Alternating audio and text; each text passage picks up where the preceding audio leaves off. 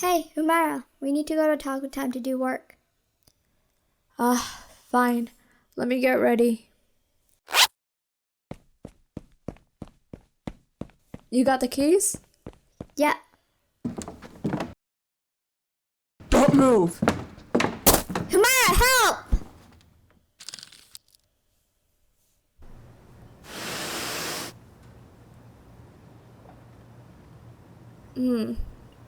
Mom, I had a weird dream about you.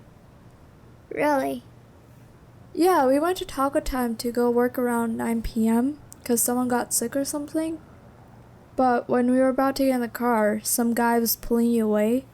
And for some reason, I grabbed your keys and I just stared at it and you ended up getting kidnapped. I was like really confused the whole time why I grabbed the car keys. Like I wasn't going to drive. I just grabbed the keys and looked at the keys while you were just being taken away. And it made me like think, would I have done the exact same thing if it actually happened? Yeah, it sounds like you alright.